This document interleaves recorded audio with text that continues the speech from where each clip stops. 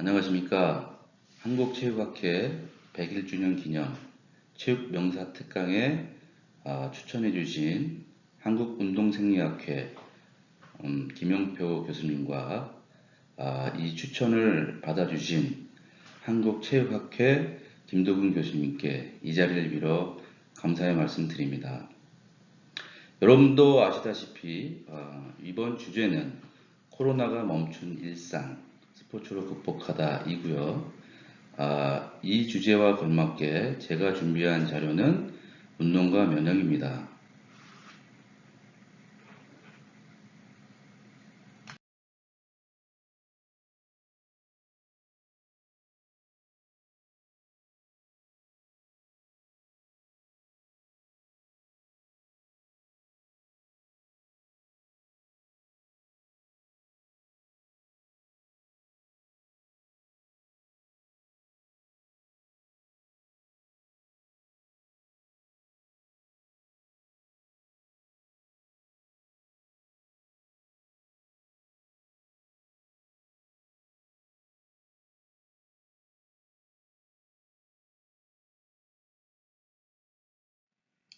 제 주제 중에 목차를 말씀드리면 첫 번째 면역이란 무엇인가?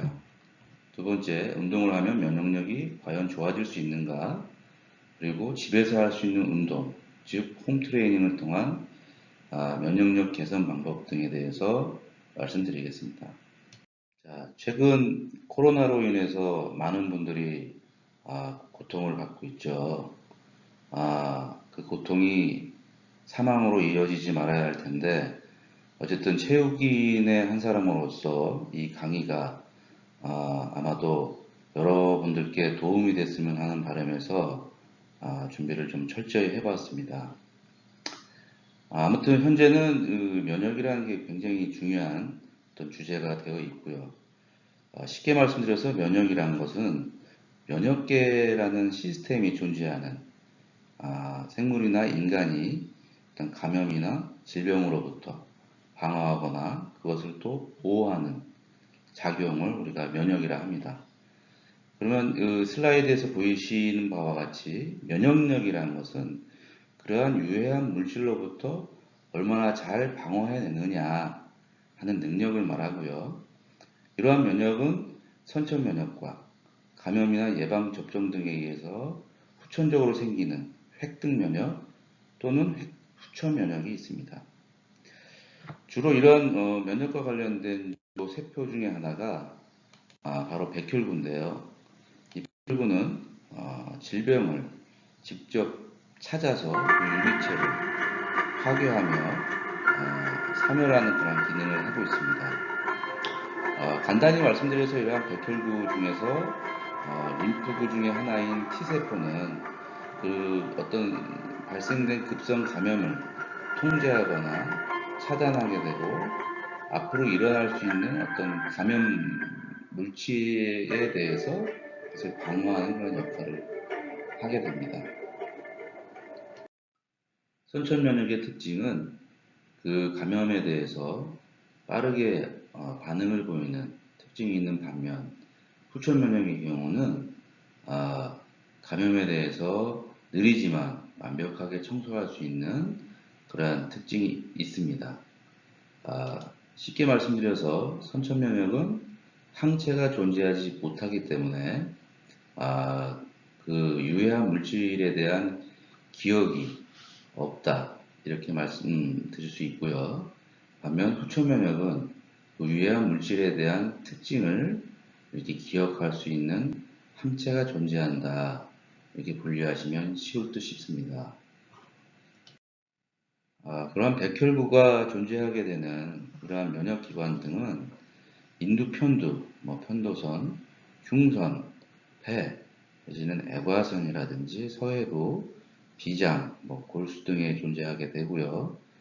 그곳에서 백혈구들이 이렇게 생성되거나 저장되는 혈구세포가 바로 백혈구라고 말씀드릴 수 있고, 이 백혈구는 주로 림프절과 같은 곳에서 이렇게 덩어리 형태로 존재해 있다가 유해한 물질이 들어오게 되면 그것을 방어하려고 하는 역할을 하게 됩니다.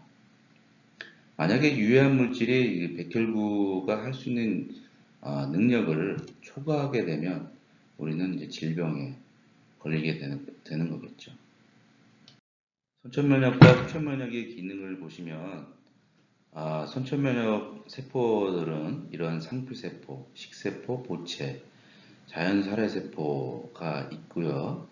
이것들은 짧은 시간 동안에 항원이나 병원균에 대해서 반응을 보이는 반면 시간이 흐름에 따라서 후천면역으로 넘어가 림프구 중의 하나인 B세포와 T세포를 통해 항체가 형성되거나 기억 T세포로서의 존재, 즉 유해한 물질을 기억하게 되는 기능을 하게 됩니다. 면역세포들은 조혈줄기세포라는 것으로부터 분화가 됩니다. 즉, 조혈줄기세포는 골수정구세포, 림프정구세포로 분화되고, 다시 골수정구세포는 단구의 어떤 전구물질이 되는 세포와 호산구, 호염기구, 거핵세포 또는 적혈구 전구세포로 분화되고 각각 단구 내지는 호중구, 호산구, 호염기구, 혈소판과 적혈구로 각각 분화됩니다. 림프세포는 자연살해세포, 즉 NK세포와 T세포, B세포, 정구세포로 분화됐다가 T세포는 보조 T세포 또는 세포독성 T세포와 B세포 및 수지상세포로 각각 분화됩니다. 이렇게 백혈구의 종류가 많은 이유는 아마도 항원이나 병원체 또한 많기 때문에 그런 것이 아닌가라고 생각해 볼 수 있겠습니다. 백혈구와 림프구의 기능을 살펴보시면 백혈구는 각각 림프관과 혈관을 통해서 기관과 결절 사이를 이렇게 순환하게 되죠. 만약에 문제를 일으킬 만한 세균이나 물질이 있다. 이걸 모니터링 잘 해놨다가 그걸 조정하는 방식으로 작동하게 됩니다. 백혈구는 그 두 가지 기본 유형이 있는데요. 우리 인체에 직접적으로 침입한 유기체를 잡아먹는 식세포 작용과 또 이전의 침입자를 기억해 두었다가 그걸 나중에 파괴하도록 돕는 T세포와 B세포인 즉 림프구 세포의 역할을 하게 됩니다. 이런 림프구는 골수에서 시작해서 골수는 본 매러우죠. 그곳에서 머물면서 B세포로 성숙하거나 흉선, 사이머스 글랜드라고 하는데요. 이것을 떠나 T세포로 성숙되기도 합니다. B세포, T세포를 기억하기가 좀 어렵다면 여러분들 골수인 본 매러우의 B를 따서 B세포라고 기억하시면 좋을 듯 싶고 흉선은 T세포는 흉선 사이머스에서 T를 따 이렇게 기억하시면 좀 더 편하실 거라고 생각됩니다. 아무튼 B세포는 우리 군부대와 같은 역할을 하게 되고 T세포는 이 군인과 같은 역할을 하게 돼서 각각 본인들에 맞는 침입자에게 파괴를 한다든지 침입자를 가도록 조장한다든지 하는 역할을 하게 되고요. 한편 T세포는 항원이 감지되자마자 여러 유형의 세포와 함께 작동을 해서 항원을 인식하고 그것을 이렇게 반응하도록 만들어져 있고요.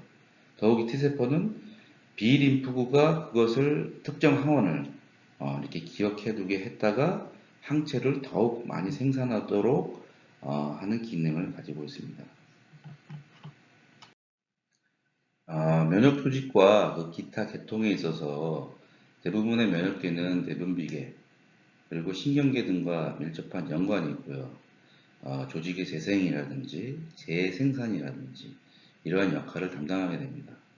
다시 말씀드려서 면역 조직의 생리적 조절은 바로 호르몬, 바이타민 D 계열, 수면이라든지 휴식 또는 어떤 적당한 영양 상태 등을 통해서 재생과 재생산에 기여할 수 있다 이렇게 말씀드릴 수 있겠습니다.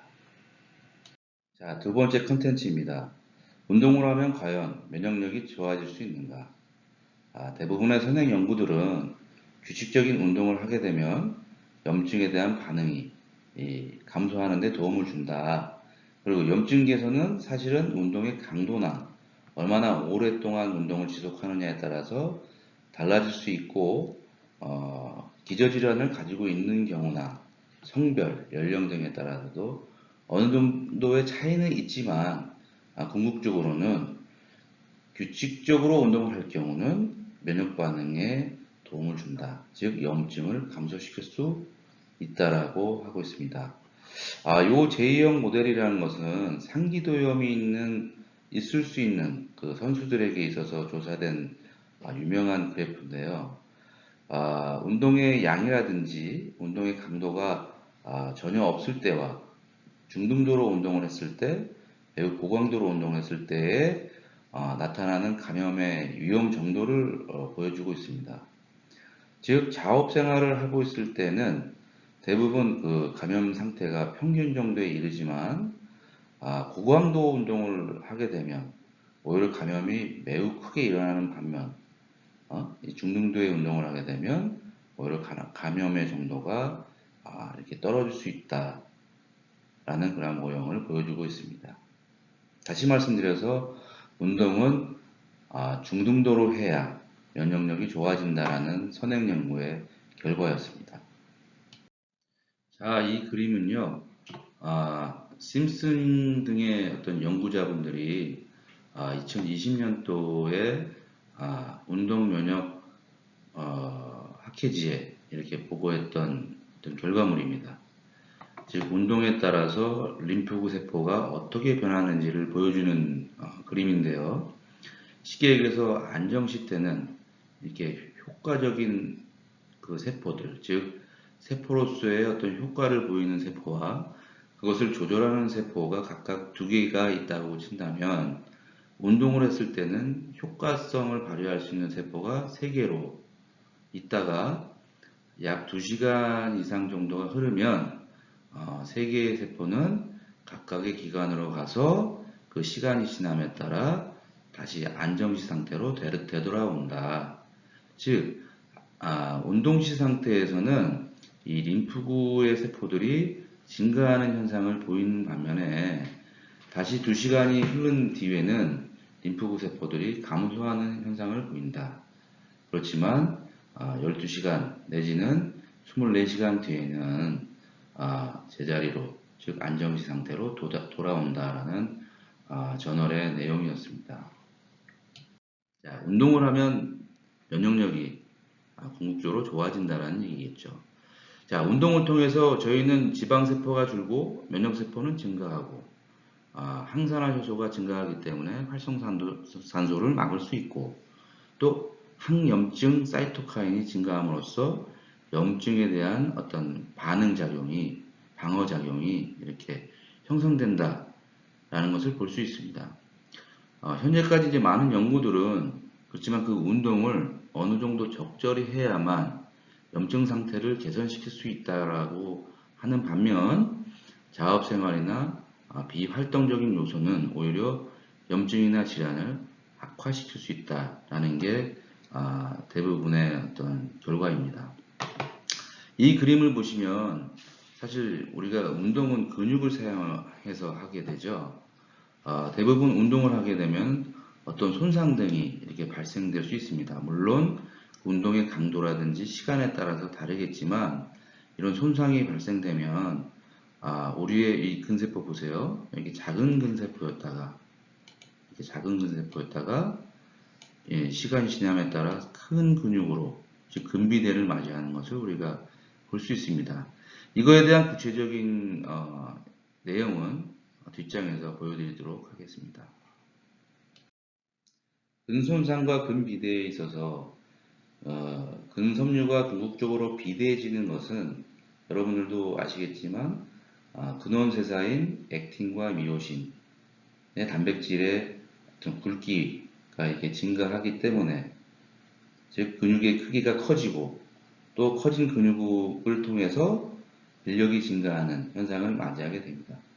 이거는 왼쪽에서 보신 바와 같이 마이크로 트로마라고 해서 근육에 미세한 손상이 있었기 때문에 그 손상을 치유하기 위한 과정, 즉 미세한 손상에 대한 위생세포로부터의 어떤 복구 과정 동안에 이 사이즈가 굵어지는 현상을 우리가 근비대라고 하게 되는 것이죠. 이 근비대는 웨이트 트레이닝 과정 동안에도 발생할 수 있지만 사실은 우리가 쉬는 시간, 즉 잠을 잔다든지 운동을 안 하고 편안한 상태로 쉰다든지 할 때 그 복구 과정이 더 증가하게 됩니다. 그 복구 과정은 사실은 마이오카인, 즉 근육에서 나오는 움직이는 물질, 이 분비를 통해서 가능하다라고 말씀드릴 수 있겠습니다. 근육의 성장과 재생 또는 염증 과정은 지속적인 어떤 반복된 과정을 통해서 일어난다라고 보시면 좋을 것 같습니다.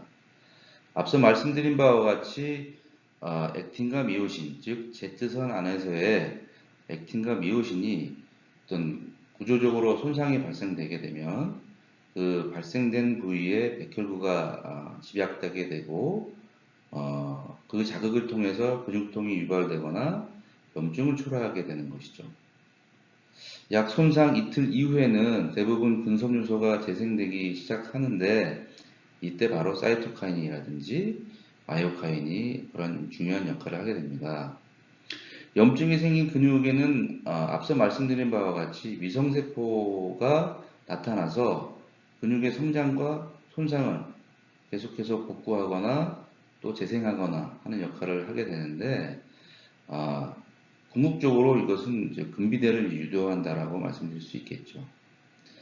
이러한 근비대를 유도할 수 있는 대부분의 마이오카인은 예전에 사이토카인이라고만 알려져 있던 인터루킨 6였는데요. 이게 이제 근육 속에서도 분비되다 보니 현재는 마이오카인이라고도 불려지기도 합니다.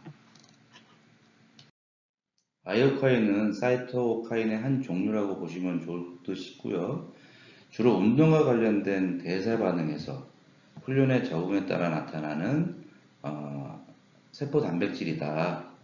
자, 이 그림과 같이 아이리신이라는 마이오카인은 주로 지방의 어떤 분해를 돕는 마이오카인이고요. 인터루킨 50는 주로 지방량을 감소시킨다든지 근비대를 유도할 때, LIF는 근육의 재생, BDNF는 지방산 산화의 증가, 내지는 FGF21은 글루코스 섭취율을 증가시킨다든지, 스팍은 지방세포가 생성되는 것을 감소시킬 때 나오는 마이오카인이다 라고 보시면 좋을 듯 싶습니다.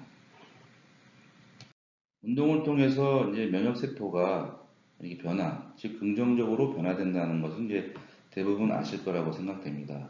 그러면 어떤 운동을 했을 때 과연 면역세포에 긍정적인 변화가 있느냐?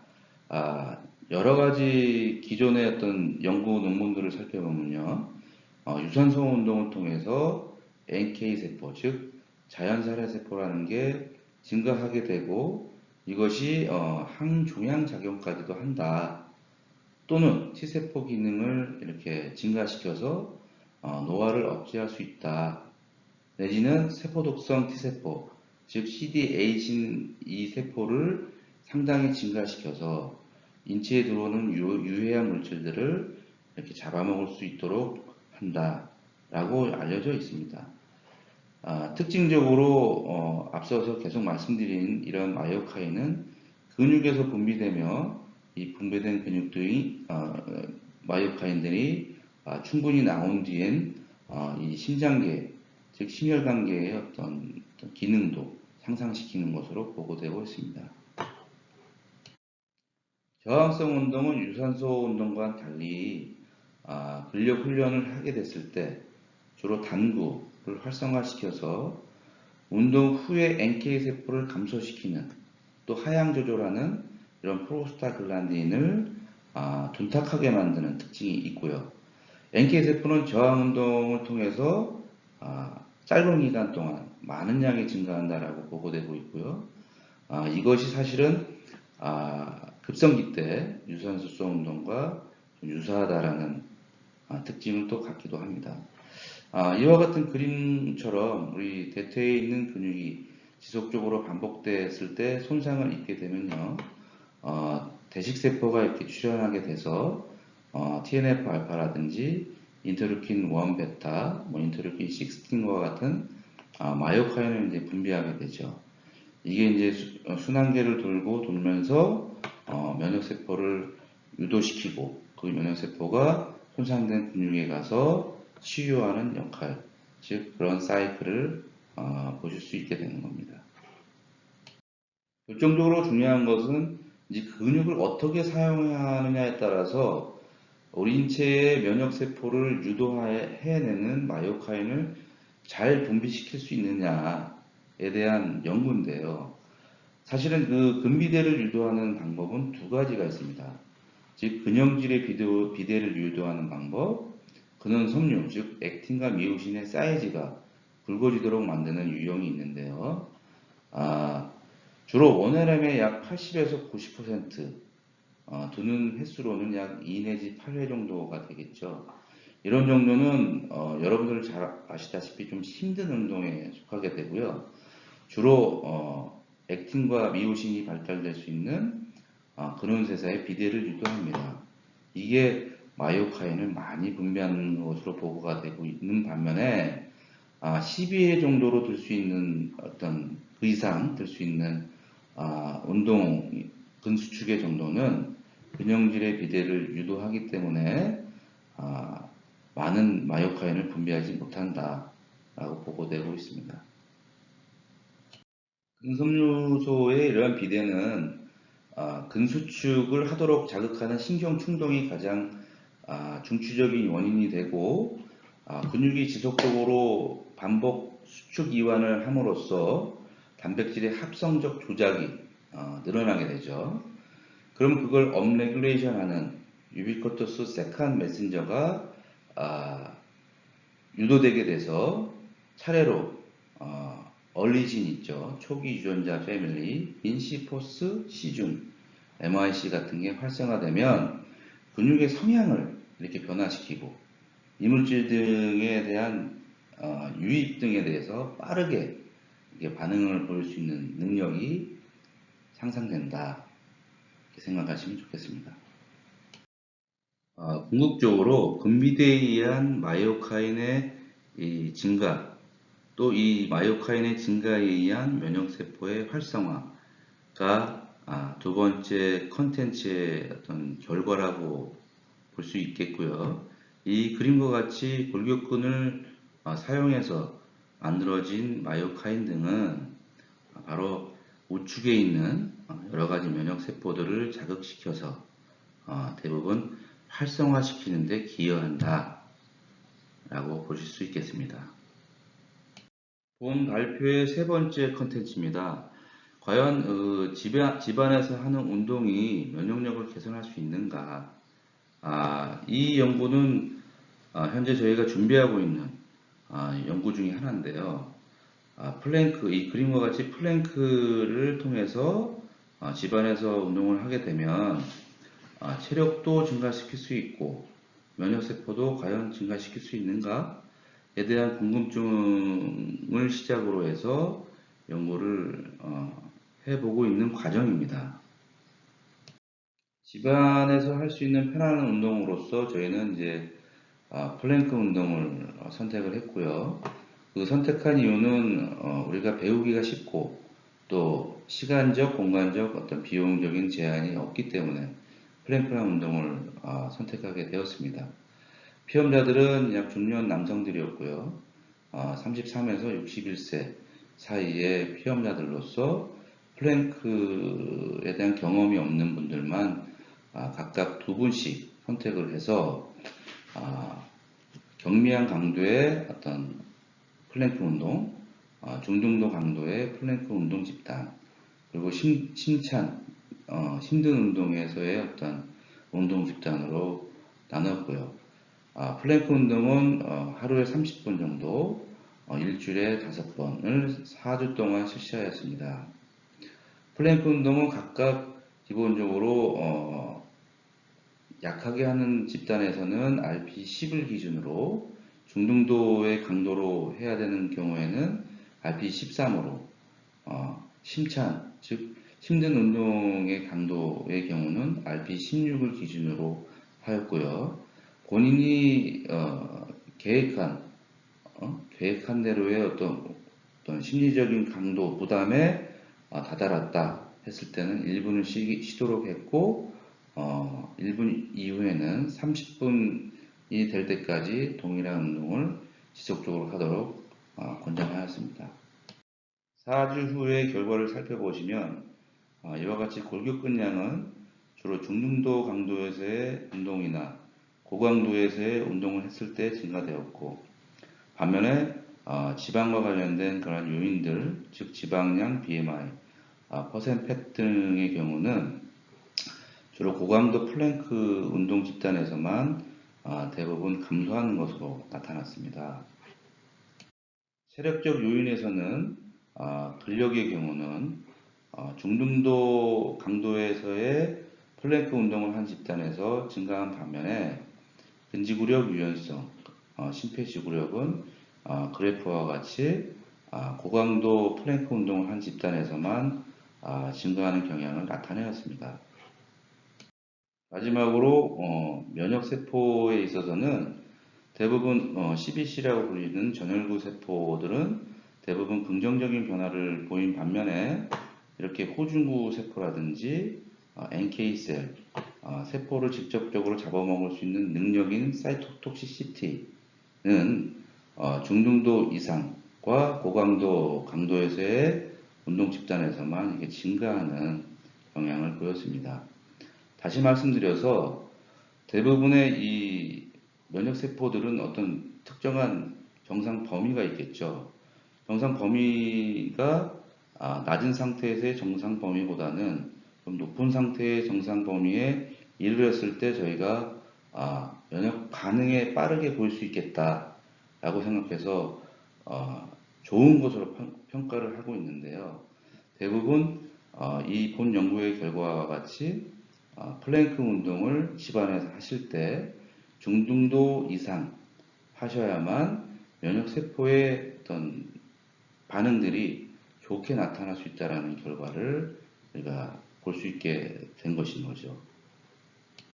본 연구의 그 예비 실험 결과는 다시 말씀드려서 중등도 이상의 플랭크 운동을 집에서 해야만 체력도 좋아지고 면역세포 기능도 활성화된다라고 말씀드릴 수 있겠습니다. 이거는 어떤 연구에서 나타난 그림인데요.